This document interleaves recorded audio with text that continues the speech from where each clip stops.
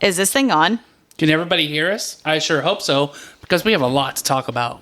Welcome to our podcast, Unapologetically Mixed Up. I am Kelly, and this is Mike. This is not a one-size-fits-all podcast. We will be discussing multiple different topics, from mental health, marriage, And don't forget the sports. animals, and more. There are going to be real, raw, and emotional episodes where we show you our most vulnerable moments. Follow us and our guest on this crazy ride we call life.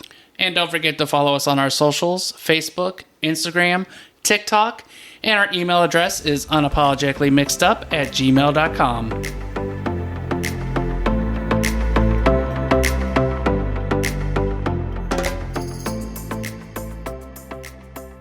All right, people, we are back with, I don't know what episode, but we are here with Steve and Brittany, and they are going to share their son's story. So, what is your son's name? Brantley. Okay, and how old is he now?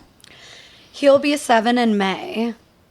Holy, I thought he was going to be 6. That's what I told you this morning. I was No, like, he's he's 5 gonna be and he's 7. going to be 6 soon. I mean, it looks like he's 2. Yeah, but I mean, that's unreal. 7? Oh my God. Okay. Yep. Jesus. All right. And how old was he, or like how many weeks was he when he was born?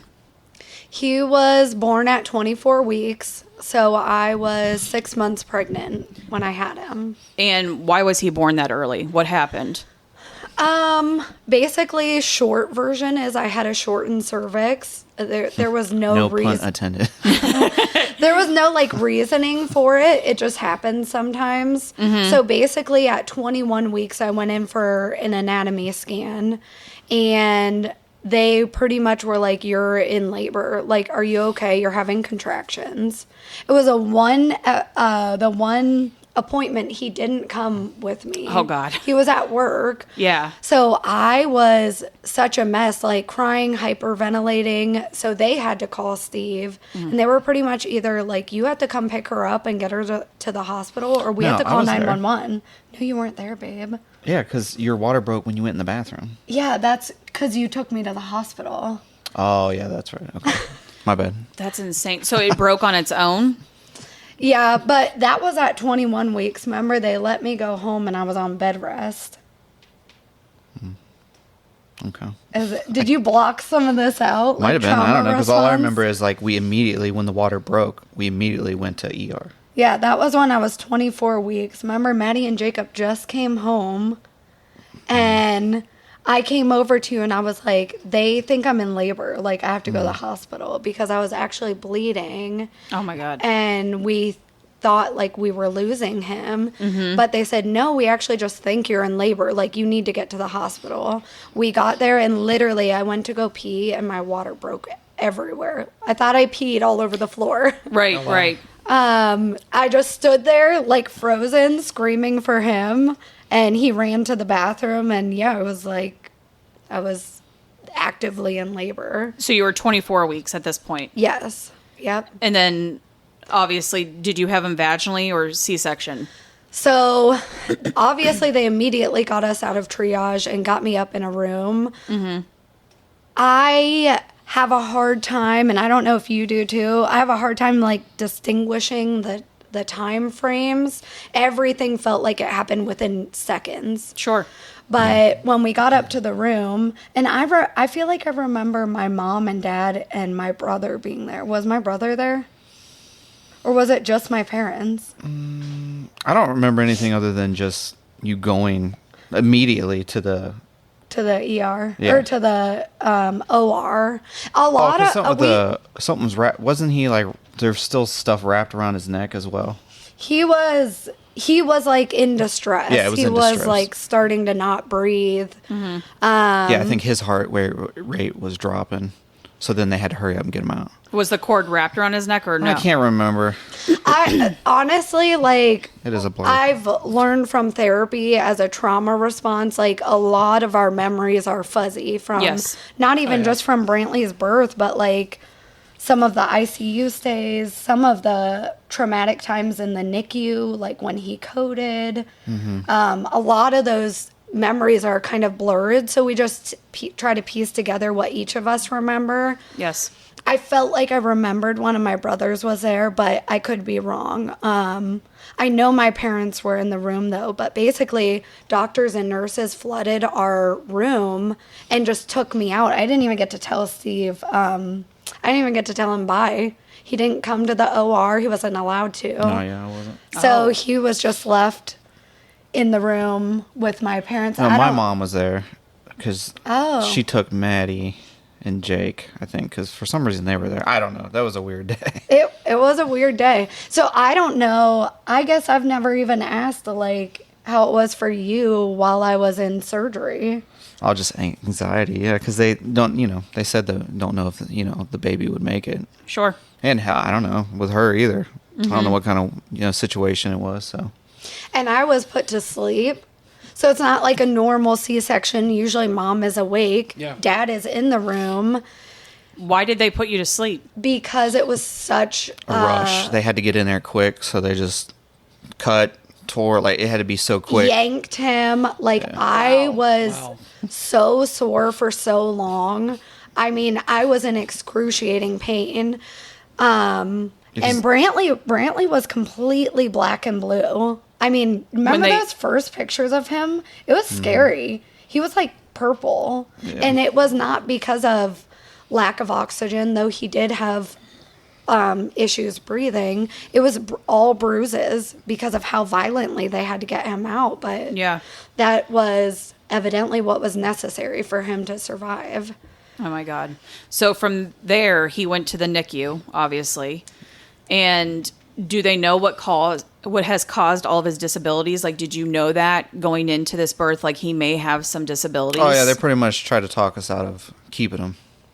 They told us all the things that could be going on with him, and they pretty much give us the option, would you like, and this was like at In the triage. Yeah, at 24 weeks, like, do you want us just to, like, Not save him. Not save him. Like, almost like a do not, do not resuscitate. Yeah, thing. kind of But thing. what about like weeks prior to that? Like when you would No, go for scans? perfectly healthy baby. Yeah. So what caused all of it? The dramatic, Shortened cervix. traumatic- It yeah. was just like and all his problems are from being the traumatic, born early. yeah, Born and early. oh my God. Oh my. And after we had him, I woke up in recovery alone Yeah. and not pregnant. Right. I had no idea. Like, okay, obviously the baby is out of me, but like, is he alive? Right. Did he survive? I had no idea. So pretty much just like woke up in immediate panic and then found out he did survive, but he was in just critical condition. We didn't get to see him. Do you remember how many hours it was? Was it like 25 hours or something after he was born? We didn't even get to see him at all until For like a whole day? until they stabilized him. Not even you, Steve? You didn't get... No, I don't think so. Oh my God. Because I was could one. understand with you, like, you're knocked out, you got to go into recovery, come out of it, but like, I didn't know. Well, no, because they had to put him in the incubator thing And try to stabilize his breathing, breathing, yeah. his heart, everything. And it was still just like, we're not really sure if he's even going to make it yet. So don't get your hopes up. Just, Yeah. And we had lost a baby before Brantley. So Brantley was like our already a miracle baby. Like your rainbow baby. Yeah. Baby. So that was just like a entirely devastating time. Even knowing he survived, it was just, you didn't know if he was going to survive the next day though. Right. It was a day by day. He was so critical. And it took a while for me to be allowed to hold him too. Even after we got to see him, they're like, well, he's still like not at a point where you can hold him yet. No, it was like 2 weeks. No, I wouldn't say that because it was a week when we went up to. It was like what? 3 days. It was 2 weeks. When he was 2 weeks old, he got transferred to Akron Okay, so it was about a week Children's. before you can actually hold him. Oh, so where did you give birth? I gave birth at Altman. Okay. And he went to they have a NICU, and now their NICU is actually an Akron Children's NICU, but at the time it was wow. not. When Brantley was 2 weeks old, we got a call at 3 a.m. pretty much you need to get to the hospital immediately. His entire body is shutting down. All of his organs are failing. Like, you need to get here. So I think we called our parents and just went to the hospital. At that time, we lived in Canton South, so we were very close to Altman. But yeah, he had necrotizing enterocolitis, which basically his intestines were like dead and Dying. intertwined and Becoming necrotic, yeah. yeah, and it just was like shutting everything down. I don't remember a ton about that day, but I do remember being taken into a dark hallway and my blood being drawn. Oh, wow. Like, I don't Okay. even remember anyone. I'm sure I was explained why, like, probably Right. if Brantley needed blood, if we were a blood match. I don't even remember, literally. But I just remember being in a dark hallway, and it's like, when you watch those movies, when traumatic things are happening, and it's like everything is blurred and kind of silent, and you're just standing there like, what is going on? That's Like the whole world's going on, Yes. but you're just there. Yes, I know that's what you mean. exactly. That's how I felt in that moment, and so many other moments like that we've had with Brantley, Absolutely.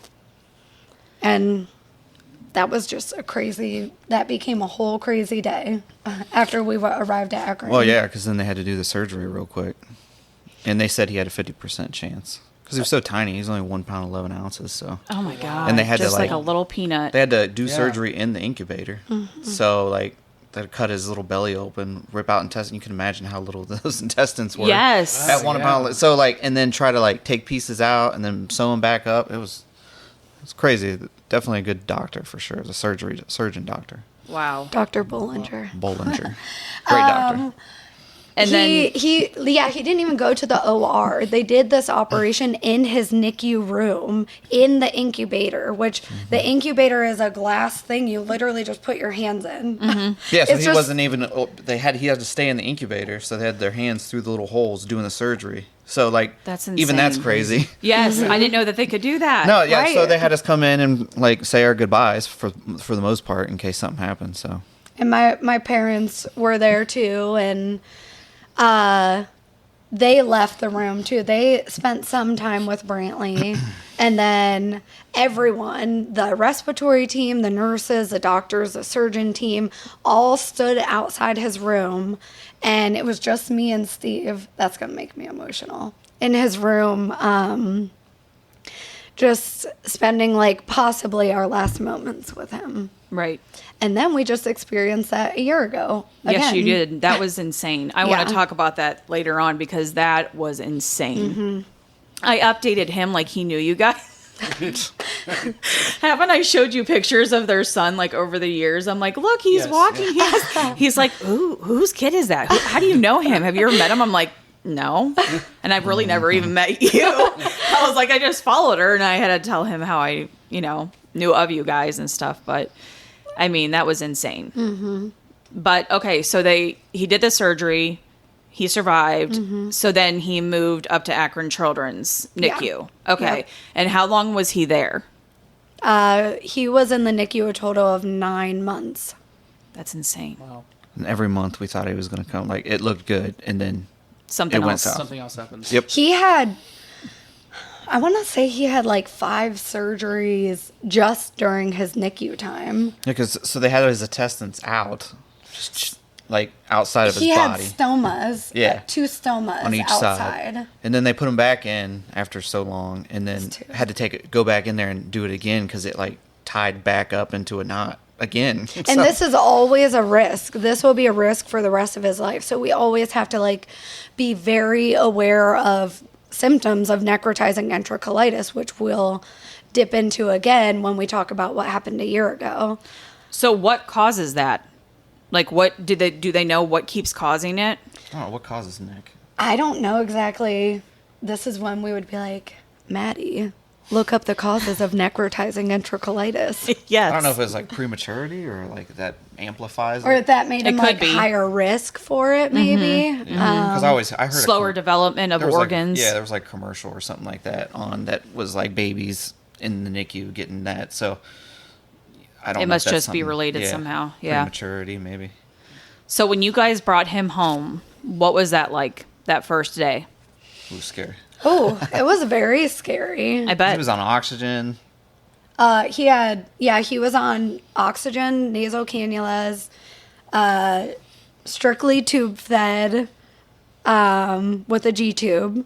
And then he had a pulse ox that had to be on him 24/7 at that time. So I had redid his room at home, and it looked like almost like a hospital. Like Yep. we had all his medication. Like it would just look like a little hospital room. And, and then like a week later, I had got a new job because there was all kind of crap going on. If you want to talk about like us losing we our both job. lost our jobs while Like, he was in the we NICU. were begging for gas money just to go up to see our son every day. Like it, that was a crazy time too. But it was like a week later, I had to leave for Atlanta to do some training for my new job. So she was by wow. herself with God. with a newborn that, well, not technically newborn, but a baby that's first time having a baby at home, and Yes. it's all these medical needs, and I'm Yes. not there. Yeah, that was my first baby experience. Sure. We have 2 older kids, but by the time they entered my life, Maddie was almost 5 and Jacob was 7. Right, so they weren't like babies, but they were young. Yeah. Totally different. So this Yeah. was totally my first baby experience, and then to bring this fragile baby home from the NICU, and then he has to go out of town for work, which Right. was literally, there was nothing we could do about that. Like, No. we needed this job, we needed the income, and that was what needed to happen. Unfortunately, 6 days, I want to say it was 6 days after Brantley being home, he ended up with RSV, pneumonia, and a collapsed lung. And we, again, were at risk of losing him. He was back in the ICU, literally fighting for his life. Wow. Yeah. Shaking real bad because they were trying to bring down his fever, and they can't use Motrin, but they had to because they had to give it sooner because the Yes. fever wouldn't come down, so they had to alternate it somehow. But Motrin's bad for him because his kidney disease. Yes. So he, and they were giving him so many albuterol He was treatments. getting continuous albuterol treatment. So he was like shaking. He couldn't calm down. He kept like rubbing his nose raw because Yes. it was a mess. It was horrible. And that was unsure too. Like, we weren't sure if Yeah, he was 'cause they going couldn't get the to. fever down. That was, And was. his breathing was going south. Like, And he had to be. do you remember the PICU was full? So we ended up in a freaking hallway in the overflow. We were in PICU overflow. Yeah, it was a weird. It was like a little tiny. Oh, it was corner horrible. That we Oh my had to gosh. stay in. And it was so loud because you're not in a room. You can't close the door. Yeah. There were like curtains. And, oh, that was horrible. So, like, anytime Brantley actually would fall asleep, he would just get woken up right away. Right. Oh, that was not good. Yeah, that was right after he came home from the NICU. So then it was just terrifying when he did defeat that.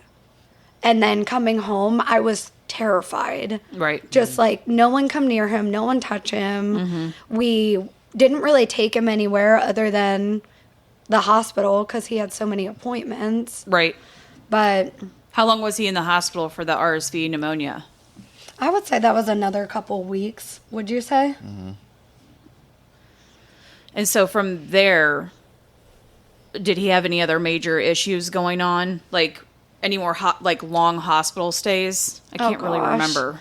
There's been a lot. I feel like there's been multiple scary situations you've posted about. I'm trying to think. Well, he's had 12 surgeries total. But I can't remember what year it was. He had 3 back-to-back-to-back ICU stays. Do you remember that? Was that like 2020? It was 2020 because you couldn't come to the ER with us. I had Because to of do it by COVID. myself. And that was a big ordeal. I had an anxiety attack, and they ended up letting him come because I had a panic attack. He had, within 6 weeks, 3 back-to-back-to-back ICU stays. And the first one was a seizure. It was when he was diagnosed with epilepsy. Remember that? Yeah, I remember that. We had to call 911, and unfortunately, all of our kids were home. So Maddie, Jacob, and Lou, that was I feel like their first really traumatic experience of witnessing something yes. horrible with Brantley. Yes. And actually, I called Lauren, and I swear she was at my house in 2 seconds. Like, I don't know how she did it. Right. It was like in the middle of the night, and I'm just like, my best friend at the time, I called her, and she was there in 2 seconds. So she stayed with our other 3 kids, and we both were able to go to the hospital with Brantley. Turns out he had a seizure, but his seizures aren't like what you would think of when you think seizure, like convulsing on the ground. Mm-hmm.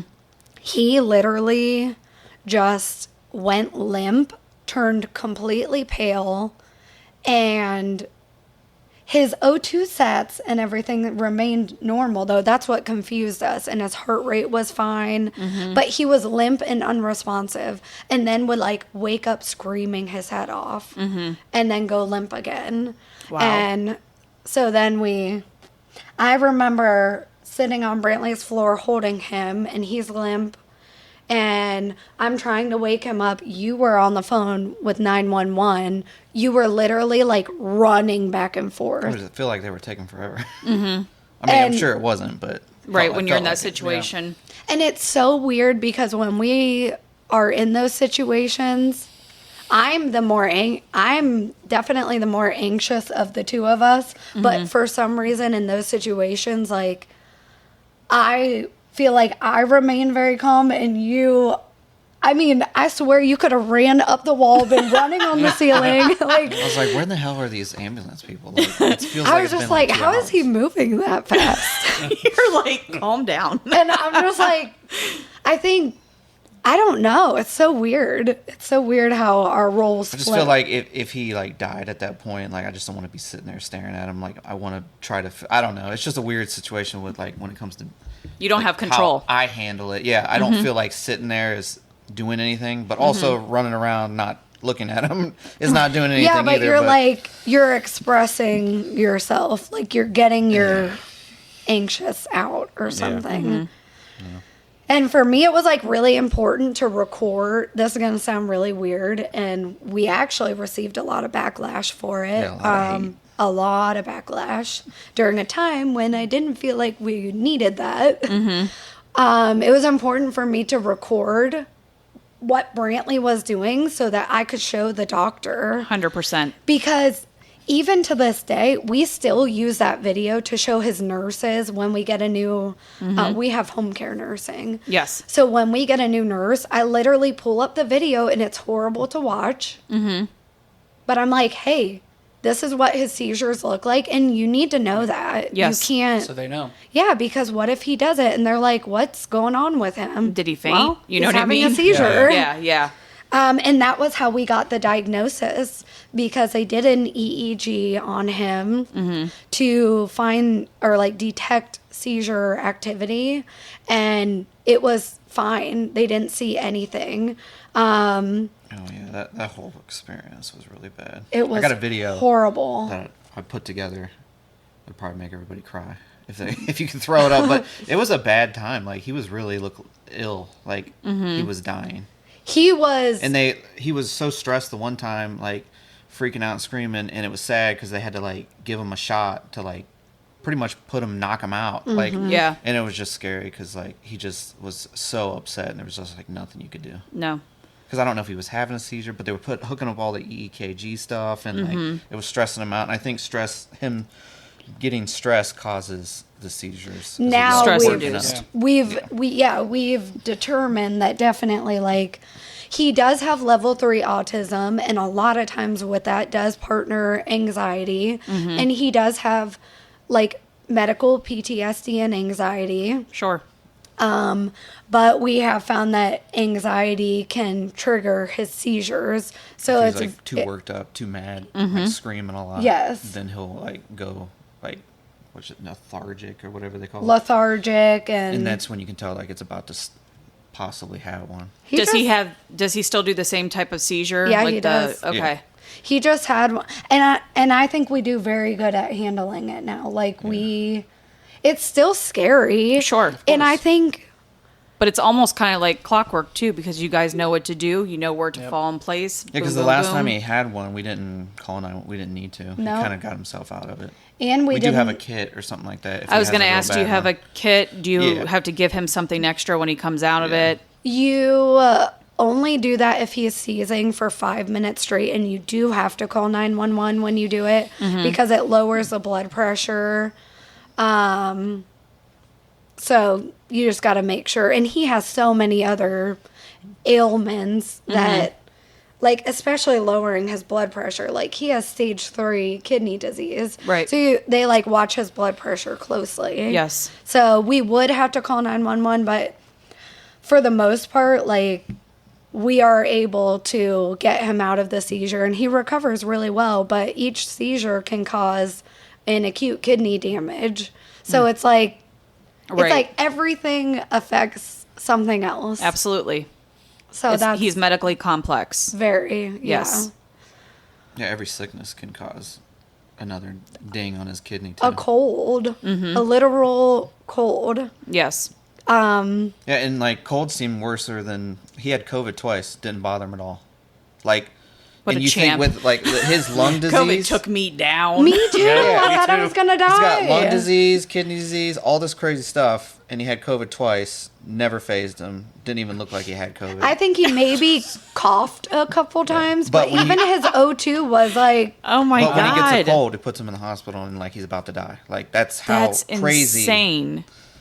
and people, Oh my for a God. long time, people did not take it seriously. Like how some people in our lives still don't take it seriously. Like how careful we have to be. Oh, yes. Like if you have been not feeling well, we need to know that. Like Yes. we don't want to expose that to ourselves, Correct. to our kids, because Yeah. it could result in us losing a child. And Yeah, it's hard too because you got 3 other kids that are in public school. I mean, you can't. 2 not kids put 'em go in from school. one house to another house, Yeah. so that adds another So there's challenge. always sickness, Yes. and you can't like just keep them outside or keep them over at their mom. Like Right, you don't want right. it. You're not going to do that. You Right. don't want to. So it's like you just got to try your best to don't get around Brantley. You know, I mean, that And like Yeah. everyone washing their hands a lot. Oh, and, yes.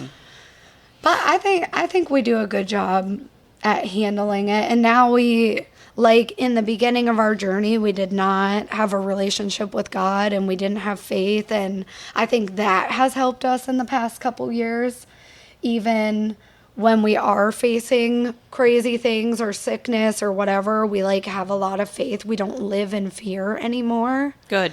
And that has been life-changing for us as parents too. You don't want to just live in fear all the time, and No. you want to have the best quality of life for all of your kids and your family as a whole, and that means being safe but also not living in fear. Staying So- positive, having the faith. Absolutely. Yeah. Because living in fear 24/7 not only takes a toll on your mental health, but everybody around you, Yeah. because they can almost like feel it and smell it. You know what I Yes. mean? And nobody wants to sit there and live in turmoil all day Yeah. And long. It's very easy to do that. Yes. When you have a child like Brantley. So, Absolutely. I mean, everything. Yeah. Every day. Well, and I think we had so many things hammered into our heads, and we were very, very naive when we first became medical parents. Like, for Like, what do you me- mean? What was hammered into your head? Like, So for me, and I think for you too, it was just like anything the nurses, doctors, anyone said goes. Period. Okay. I mean, I'm like, why wouldn't we believe a nurse or a doctor? Like, they know everything, Right. And I have so much respect for anyone in the medical field. Obviously, it's half of my life is medical, but also like comes researching things on your own Yes. and advocating for your child and your family and unfortunately not every doctor and nurse have your best Compassion. interest or compassion. Or just pushing medication, stuff like that. And just be like, okay, like, come on, we gave you this med, like, go. Yeah. It's like, well, hold on.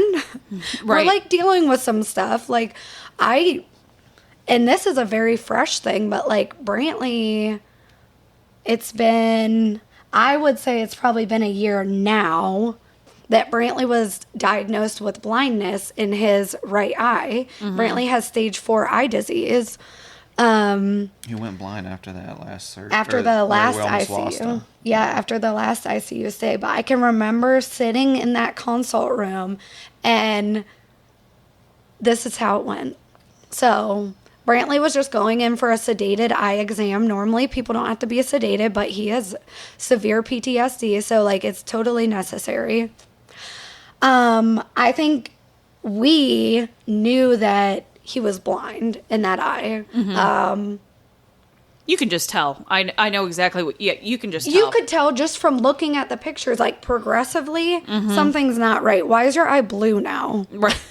Your eye was literally not blue. And also, I'm sure you can tell from the pictures, this is not just an angle or anything. His eye shrunk.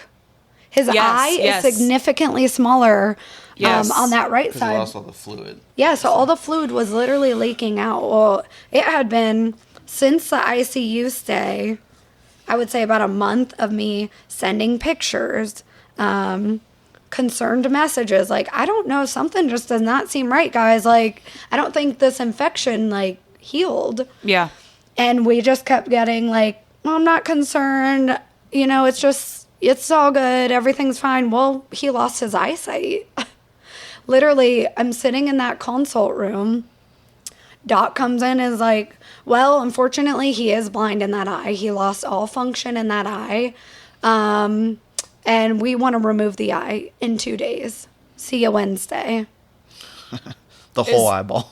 Is Like, this the same take doctor? his eyeball out of his face. Yeah. Is this the same doctor or area that you were emailing, calling, and all of that? So could it have And- been prevented? I'm not an eye doctor, so I can't say with certainty, but I will say that we contacted lawyers because we felt like it was a negligence Absolutely. thing. Yeah. And I do feel like, in my own opinion, as a non-medical, I don't know this for certainty. This is not factual. I feel as though it could have been prevented. I think the ball was dropped, and now our son is partially blind because of it. Unfortunately, the eye that he lost his vision in was his good eye. He already had partial retinal detachment in his left eye. So basically what that means is if Brantley was standing here and fell over because, well, he has cerebral palsy and he is blind in one eye now, Right. he could go instantaneously completely blind. Instantaneously. Bump his head, blind. Wow. So now he's a severe fall risk. yes. And that's like his vision is his whole enjoyment out of life because he loves watching TV and videos Yes. and things. So if he lost that, that would be very hard for him because what's he got? You know what I It mean? would He be- don't play. He don't do anything. I mean, he's starting to, but like it's just the videos what makes him happy. Like when he can get on a tablet and flip through his favorite TV Aw. shows and videos, stuff like that. So it would be very, very sad to see that. So That's It awful. would totally defeat him. It would, like, wreck his quality of life. Yeah. And So did he But- have the but- eye removed? no. Okay. So, and this is what I'm talking about in regards to advocating. And we have learned so much in almost 7 years in the medical field. And I don't want this to come off as me like, I have so much respect for nurses and doctors. I really do. But I am saying it's important to know your own stuff and Yes. to do your own research. Yes. Basically, they wanted to remove his eye in 2 days. In that same consult, I was told that it is an excruciatingly painful operation and that he would have to be admitted for pain management. And with any surgery, any hospital stay, anything provides, it just increases his risk for so many other things. Absolutely. Like, and also takes another hit to the kidney. So like that was crazy I'm like, well, wait, hold on. Right. Let me tell my husband our son is blind. Well, because they told us that he was in probably a lot of pain with the way his eye was, but we never noticed any of that. So that's why we questioned it as well, because I don't see him like he's smiling, he's happy, he's having fun. So I feel like why if he was would in pain, he'd almost be Showing like signs. rubbing it Yeah. constantly. So that's why we say, do we need to take it out? You Yeah. know? Like if he's not in pain, well, they were like, well, it'll eventually cause him a lot of pain. So you might as well just do it now, kind of thing. And that Or was just wait. a year ago. Yeah, that was a year. And the other weird thing is, so for me, this was so many red flags. So you want to remove it in 2 days? Why? Why does it need to be removed? And give us a week to process everything. Yes. You just Yeah. told me my kid is blind now.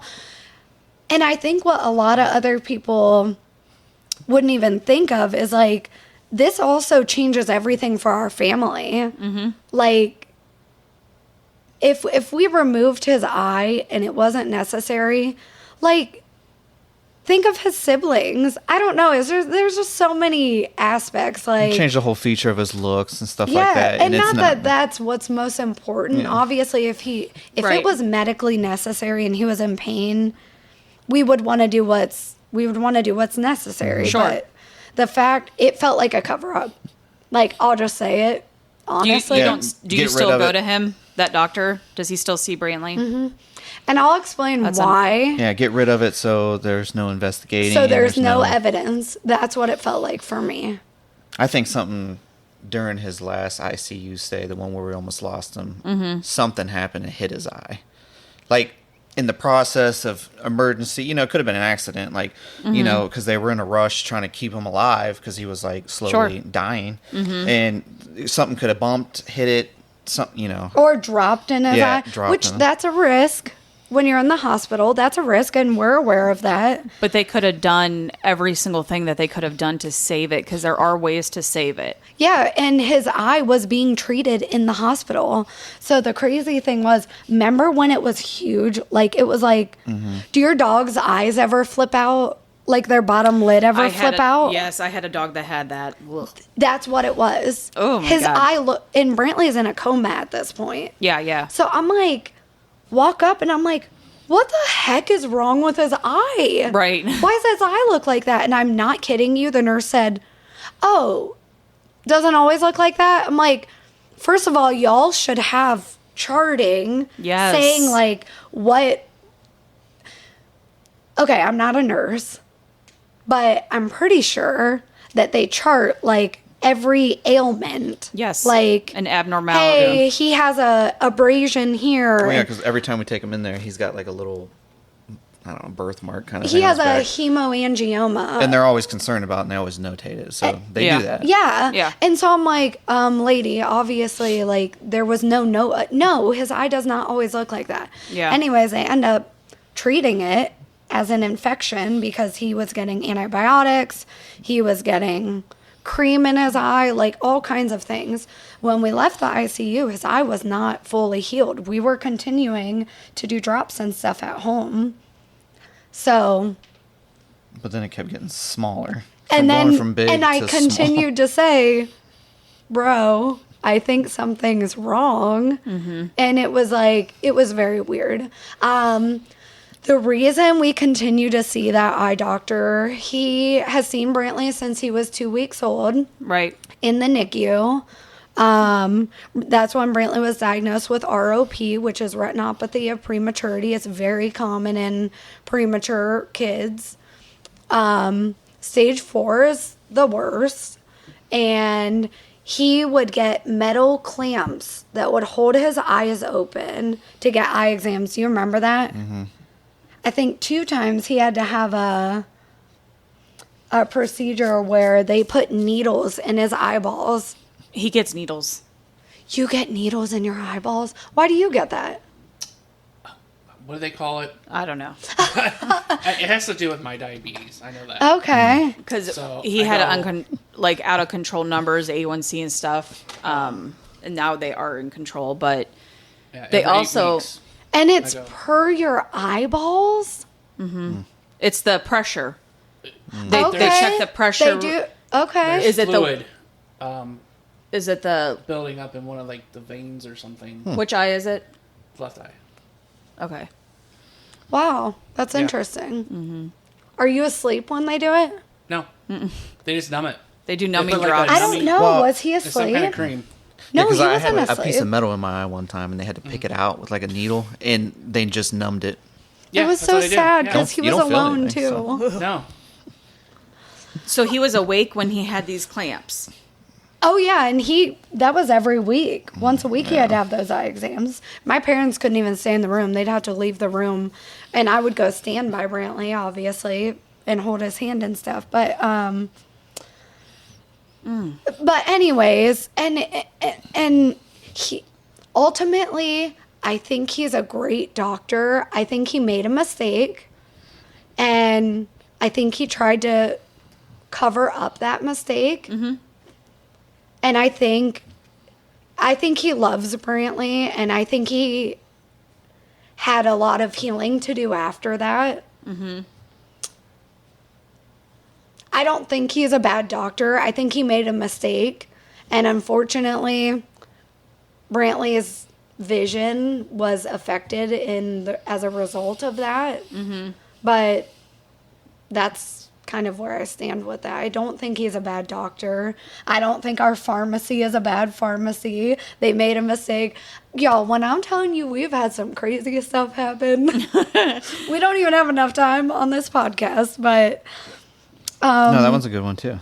why should don't say. you tell that story? The pharmacy thing. So when we got out, This is also after the ICU stay last year. Okay. Okay, so so all of this is after a 2-week ICU stay where we almost lost our child. He was in a coma for 9 days. And then, okay, but backstory, a huge thing when he was in the you ICU. should just tell the real quick. Can of I how it tell the happened. ICU story? Yes. It'll Yeah, make that's it the so main- much Yes, easier. yes, because I want to talk about this. Okay, Steve and I enjoyed an amazing getaway, just the two of us. Yeah, we usually go on these like maybe twice a year. Try to work on us, whatever. So Absolutely. Intentional You need me time, You yeah. need me time Yes. and you together time. we did Absolutely. a 3-day in Pittsburgh. And it was amazing, and I think sometimes I block some of the memories of it out because of what followed it. The literal day that we came home,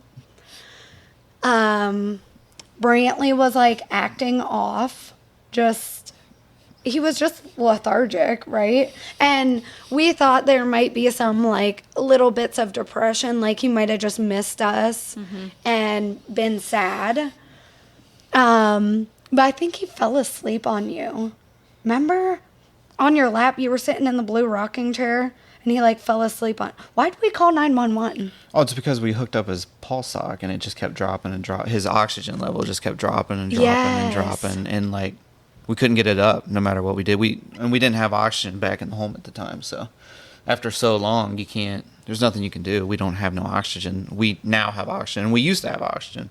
We got it taken away because he was doing so well, and then this incident happened, which would have been nice to have some oxygen because maybe we could have helped him. But Right. so that's what it was. It was his oxygen kept dropping, and he was looking. And his belly. No, yeah, remember his belly was weird too, because Yeah. I was concerned about neck and necrotizing enterocolitis, which thankfully we already talked about. You like to say that. that word too. It's good. I can also it's a big spell word. it. Yeah. So just saying. You get a gold star. Yep. He was like, his belly was distended. It was hard. I don't remember if he did this at home, but in the hospital, he was puking up brown. Oh yeah. And then we took him to Altman, and what they say? 'Cause They laughed. The doctor When you said laughed neck. out loud. you were like, "Can you check him?" Like for So he was showing all these symptoms of neck, decreased O2, belly distended, all those things. And first of all, just in case, you never know, if the paramedic who took care of Brantley is listening. He was amazing, and so was a woman who drove the truck. They were so comforting and so caring and amazing. That matters. Good. That matters. When we got to the hospital, I was feeling like calmed down because of how well taken care of we were in the ambulance ride. When we got to Altman, my mother-in-law, she works at Altman, she came down and was with me, supporting me, and I pretty much was like, he needs a belly x-ray like 5 minutes ago.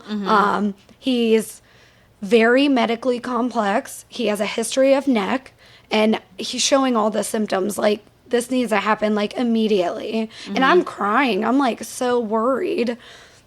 The ER doctor, I wish I knew his name, and I don't, laughed out loud. Like, actual laughter came from his mouth, and said, I'll do what I think we need to do. And So if he was the one taking care of Brantley, you can get his name. All you have to do is look up the paperwork, and his name will be on it. yeah, I think that I would love to blast him because that is infuriating. Well, it's and pure ignorance. the crazy thing is, a lot happened during that ER visit. But the most insane, and he had a fever, like a crazy fever. The most crazy thing that happened was they got his fever settled down. They did end up doing belly x-rays. They're like, oh, he's just constipated. And I'm like, he's never acted like this before. This is not normal. He kept puking up brown. Yeah, because they did show a lot of backup. Yeah. So they did just kind of chalk it up as constipated. And Yes. when they're going to just send us home. Yeah. We almost got discharge papers. Like, No. and again, there it is, whether you believe in God or not, to sit down and hear our story, like full-blown details, it is impossible to think that God was not involved in this. Absolutely. So we're hours at the ER, and all this workup, all this tests, blah, blah, blah, all this stuff. And they got his fever under control, and they're like, all right, well, you guys can go home, and Gave us something for like constipation. I yep, think. we'll prescribe something. And out of nowhere, his fever went up to 103. And they're like, sorry, we got to transfer you to Akron Children's. And I'm like, say no more. Can't So wait. were they trying to work on the constipation there? Like, were they doing enemas? No, they were. Didn't they try an enema? I think they did Did try they an do it? He didn't poop, though. No. He never I think they pooped tried an there. enema. I'm pretty sure they tried one. Oh. I don't remember. That's a Wow. weird thing I don't remember, but I the do thing remember. is if he was impacted, he's also medically complex. He also has a history of the neck. And they Well- should have... I don't even know. Altman, And the other crazy... Altman don't really mess with them too much. Usually when we go to Altman, as soon as we get there, they're like, he's going up to Akron. Yeah. They're like, Yes. oh, that's Yeah, that 'cause family. he's too complex. Yes, Yes. literally. But unfortunately, this time they did not do that.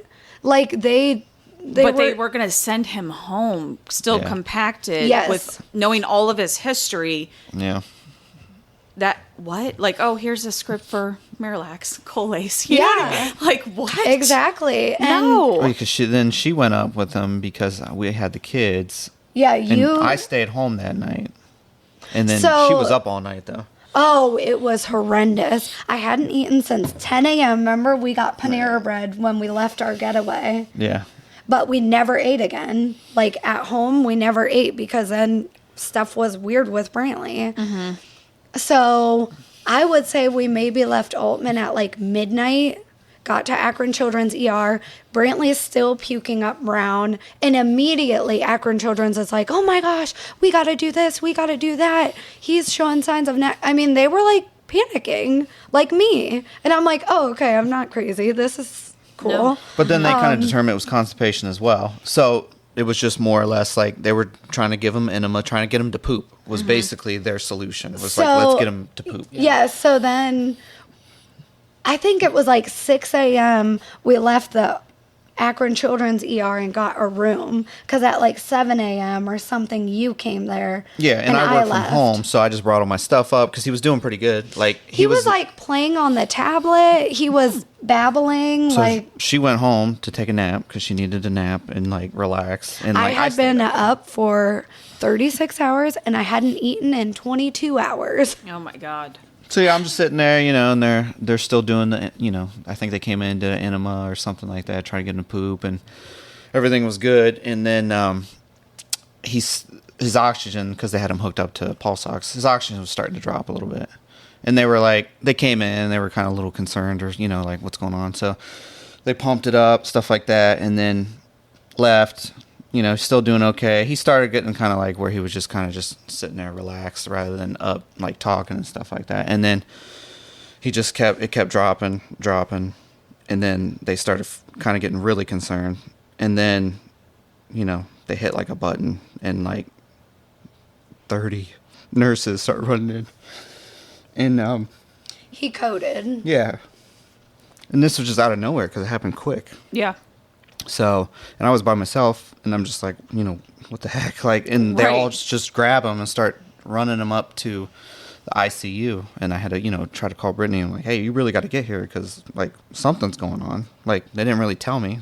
He coded, and they needed to run him up to the ICU, so. Yeah. And when he called me, so I think you called me around like 10:30 a.m. or something, and he was panicking, but he did say like, you need to get here, hurry, like immediately. But he didn't tell me like that Brantley coded, which I think They you told me said- not to tell her anything like that because she was driving. And we live 45 minutes away.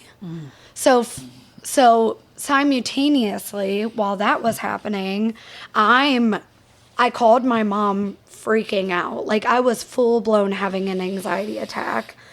And I'm like, something's not right with Brantley. Like, I have to get there immediately. And my mom's like, okay, I'm coming over. I want to follow you to the hospital just to make sure you're safe and everything. So I'm running around packing hospital bags for us, which is like nothing new. I even keep my stuff stored in case I have to pack a hospital bag. It's all together. I can just throw it in a bag. Which is so smart. Yeah. Yes. And in case, like, there's been many times we've had to ask people to go to our house to get us stuff. And that way it's just easier. But I remember vomiting all over our bathroom sink. Oh, God. I didn't even clean it up. I grabbed my stuff and left, puked everything up, grabbed my stuff. My mom was there. I don't even know what the point of her following me was. I lost her immediately. I was going to say. And I remember calling her and I was like, Mom, I'm sorry. I need to get there. Like, I'm being safe, I promise. And I like made a plan even, like, if a cop tried to pull me over, I was going to call 911 and say, I can't stop. I'm so Yes, sorry. yes. But like, I just remember thinking of all these things while I'm driving. It felt like I made it there in 10 minutes. I don't know. I also was praying on the way there, like, please just keep me safe. Clear the way for me. Don't get me stuck in traffic. I need to get to the hospital. Right. And I did. And it was a Tuesday. It was February 14th, Valentine's Day. I have bags on each shoulder. And on a Tuesday at Akron Children's Hospital, it's pretty busy. Yeah. People are there for appointments. Like, Right. I'm looking like a freaking psychopath. Bags on each shoulder. I'm running, sprinting. Like, I can might even picture it. ran into people. I don't even know. I was just like, get out of my way. And I don't know, what were you doing when he got up to the ICU? Oh, they put me in a little room, like a consult room, because I wasn't able to be in there. Cause, Yeah. I don't know. They really didn't tell me a whole lot. They just said that he was severely ill, and they're just working on him and stuff like that. So they didn't Yeah. really tell me a whole lot. Was anyone in there with you? Was the child life specialist in there with you? Yeah, or- yeah. Okay. They got somebody in there because I don't think they wanted me because I didn't. It was a lot. Like usually I have her, so like I got like some anxiety from all this crap from the whole previous. I got medical anxiety, so it was just like try to calm down, to be there for anybody. It was really hard. So I think that was what was hard for me, was knowing he went through all of that alone. Like we've watched Brantley code before in front of us. Prior to this? Yes. Okay. And I'll never forget it. It was horrible. And like knowing he went through that alone is hard.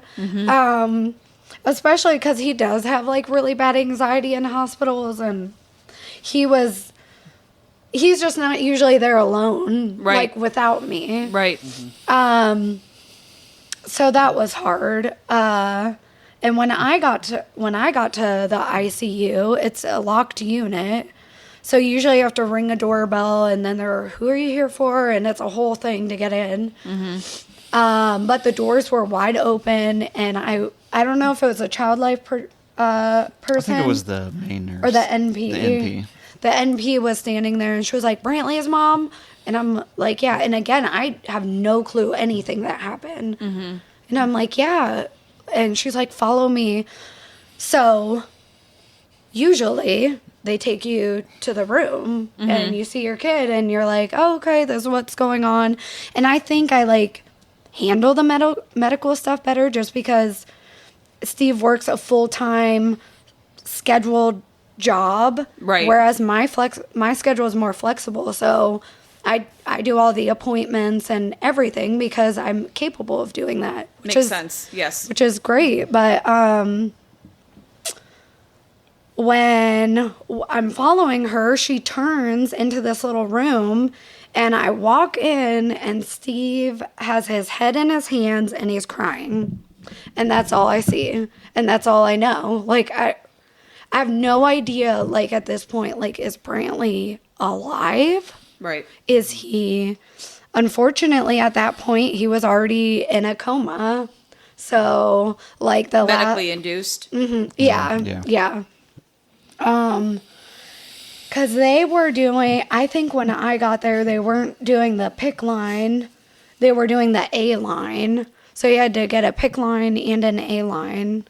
And just trying to stabilize him again in general. He's hooked up to a ventilator, not doing any work on his own.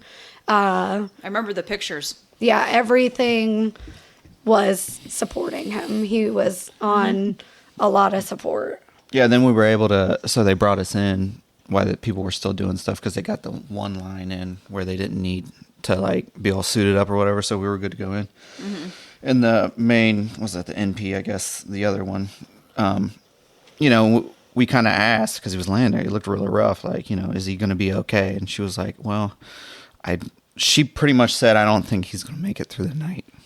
Very like cool, casually. chill. She was just like, well, we don't... Yeah, I don't know how she worded either. I don't think he is going to make it through the night, or we don't expect him to make it through the night. Like but it was just very just dry. You might want to just hang with him now, because we don't call all our family like members. No compassion.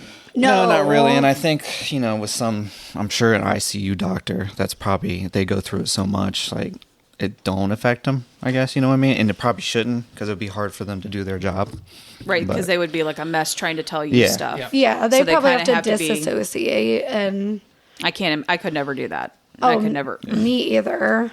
And a lot of ICU, NICU, or PICU nurses actually don't have kids because of that. Yeah. I know actually a couple off the top of my head that don't.